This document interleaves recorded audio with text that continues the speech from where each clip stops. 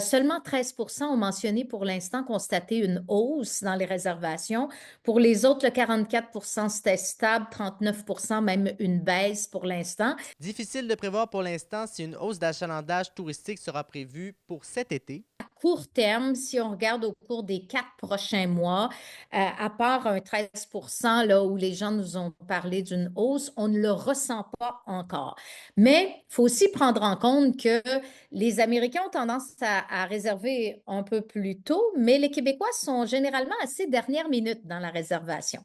Alors peut-être qu'on ne le ressent pas encore, mais que dans un mois ou deux, on va commencer à le ressentir. Même s'il est encore trop tôt pour le dire, la direction de tourisme Abitibi-Témiscamingue demeure optimiste d'avoir une hausse d'achalandage cet été. Il faut rester optimiste. Maintenant, il faut parler aussi de l'impact que ça peut avoir sur nos touristes américains là, qui viennent nous visiter ici au Canada, puis au Québec en particulier. Donc, ça peut avoir un effet, mais maintenant, c'est difficile. Je pense qu'avant plusieurs mois, on ne pourra pas voir vraiment les effets positifs ou négatifs là, de cette situation-là.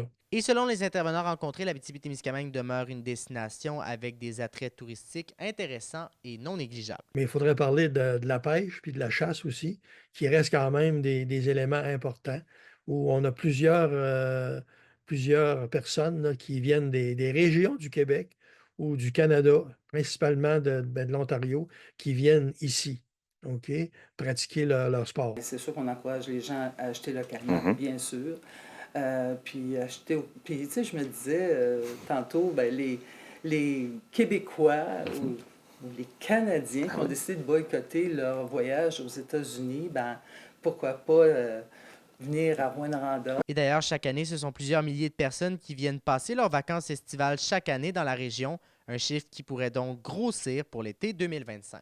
Alexis Dumont pour RNC Nouvelles.